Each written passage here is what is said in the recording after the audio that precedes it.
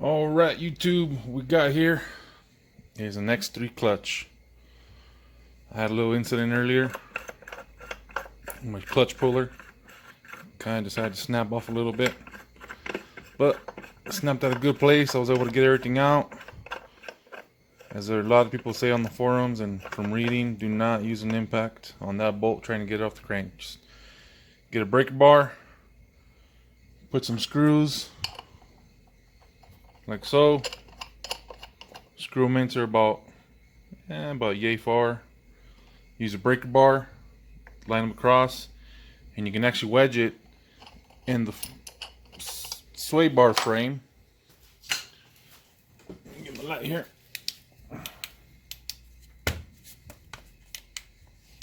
Well, no, let's see if you can't see, but right on that sway bar frame is where we can lock it up, and you're able to get your pry bar and turn it without having the clutch turn on you. After that, I didn't have money for $300 some to buy the separator kit, so I kind of made my own. What it is, it's about 1/4 inch thick, mild steel.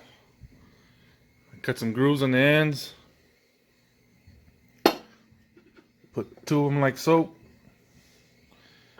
and this is where my Mexicanness came out. Socket, some washers, kind of make spacers.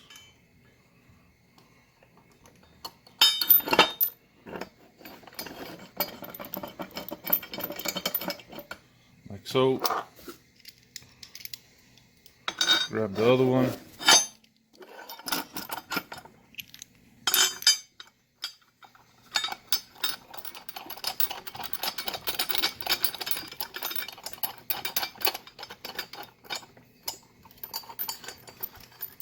And that's my contraption right there.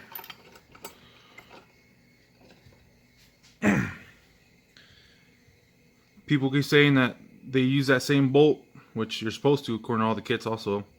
You leave it out about 1.5 inches from bottom to the top. I use this plate, and I screw them down just to get to nice, about a lot of pressure on both sides, equal. And then what I saw EPI clutch on one of their how-to videos is they actually were hitting that bolt by itself with one of these. Of course, 2-man job. I don't have 2 men right now.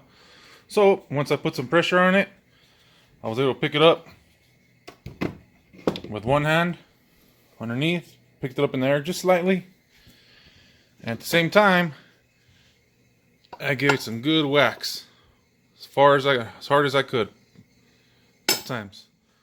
After about the 6th hard hit, there was enough pressure on these to hold it, equal pressure across the bolt, and boom, popped right out. Now I haven't even done anything yet. I'm going to make this video real quick before I got 2 more in depth.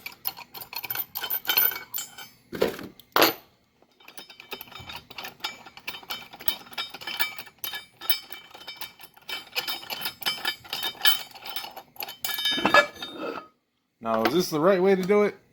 No, probably not. But I also didn't have $300.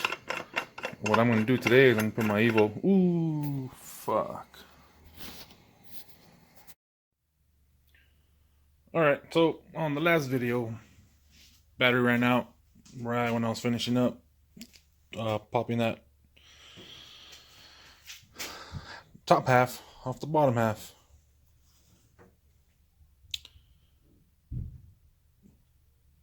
I think that video pretty much summed up as far as separating the two.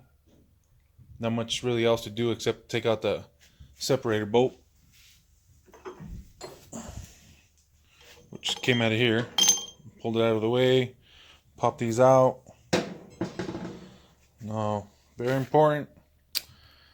I didn't do it, but good thing I had taken video from before, so I was able to kind of look at the past video and look at my marks to see where the factory had set it.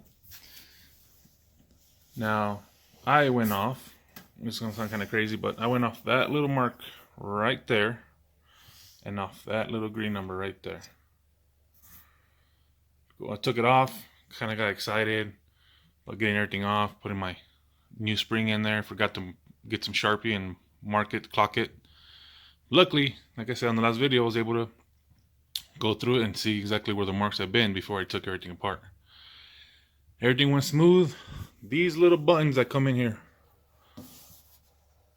on both of these sides, they are sneaky little guys. When you pop this off, make sure you keep an eye on them because they do tend to fall out, and there are some rubber O-rings that sit inside of those as well.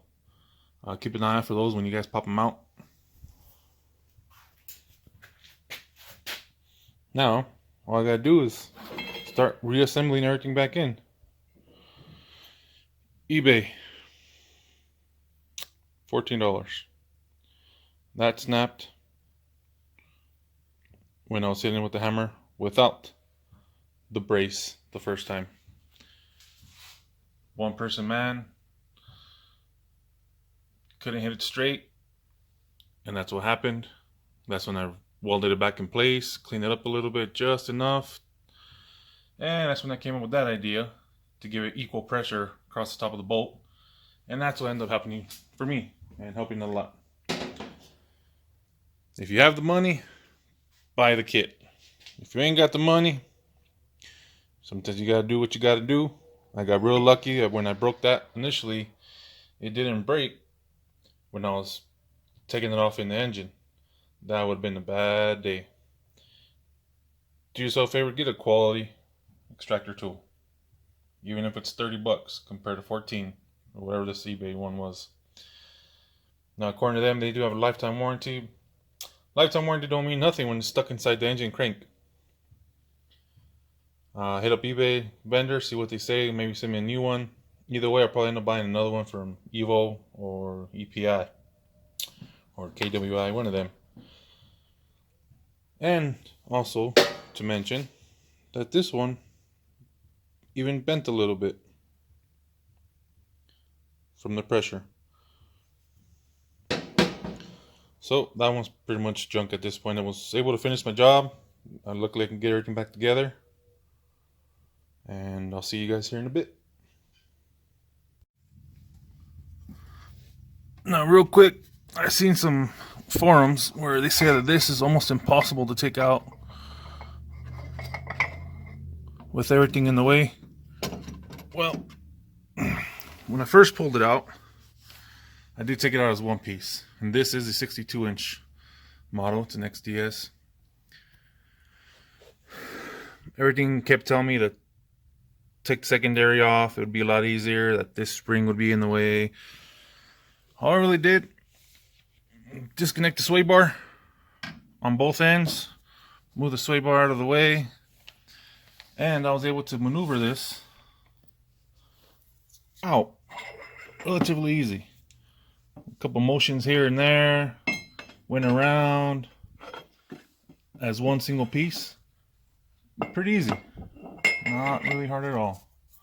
Just gotta be careful.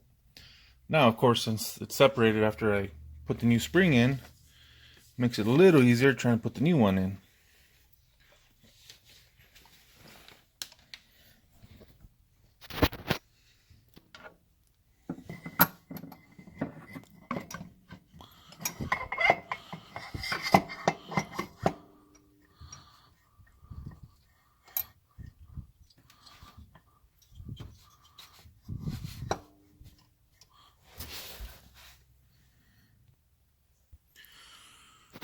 All right, our clutch is in, all the way in.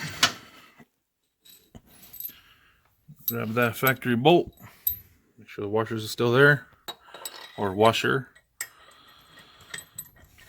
And start installing everything back from when you originally took it off.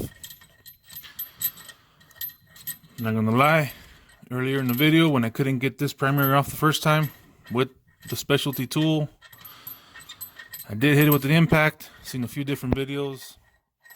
Shows them using the impact. Popped off pretty easy. Figured, what could be so hard? Got a nice little brand new DeWalt impact wrench. Figured have no problem popping it off. Unfortunately, as you saw, the tip started bending. And almost gave up and almost dropped 300 bucks on the kit. But sometimes you gotta push forward, gotta do what you gotta do. Henceforth, once I got my little screws here and here, then I put the pry bar across, wedged it up in here. So then I was able to get my 18mm socket pry bar. Got an extension, got it to come out to about here, right in front of the spring. And after about half a turn, you hear that infamous pop. At first, got kind of scared, wondering if I broke the bolt off. But after taking everything apart, realized that everything was fine. It had popped out of place. That taper holds really well. Now I'm gonna finish everything up, torque it down to spec, put the belt back on, and then go forward with putting the cover on, making sure everything's tight, and then download the tune from Evo and start hearing this thing, hear that two-step, see how good it is, and then we'll take it for a test drive.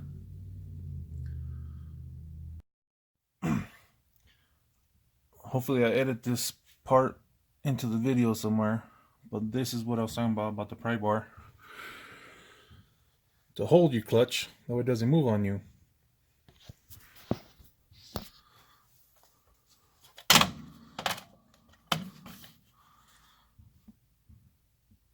Screw that bolt in about halfway in. Same thing with the other one. Use the pry bar. And use the sway bar as a stopping point. Of course, this part of the video is where I torqued it to spec.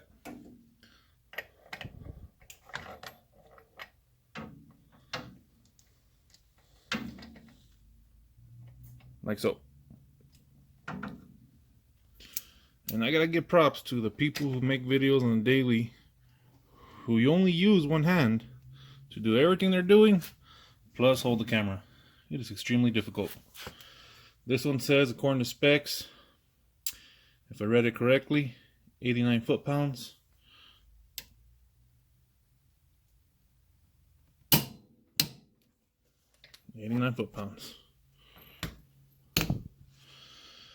And that's how you stop your clutch from moving when you're trying to screw it back in place and put it to torque specs.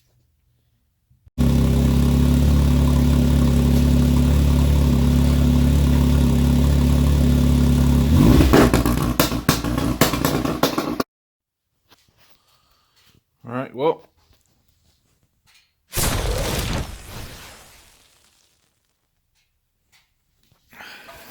so far for the two-step, everything good. Took it off for a test drive. It's about 20 degrees outside with the wind. It's probably getting colder. Looks like there's snow coming in, so I was not about to hold the phone and drive at the same time. But launch control worked amazing. So far, no issues. Let's knock on wood. A couple of little fireballs. Launched good. I only launched it in two-wheel drive. I didn't try four-wheel drive yet. I will probably try that on a warmer day. The dirt seems to be pretty frozen, so it was almost like taking off on asphalt. Did an asphalt run as well. Jumped out of the hole pretty good.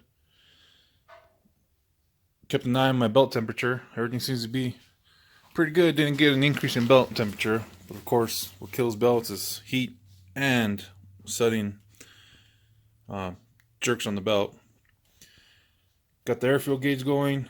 I was reading about 10-1 on the map, stage 4 multi-map right now. Temperature gauge on the belt hit maybe 130 tops.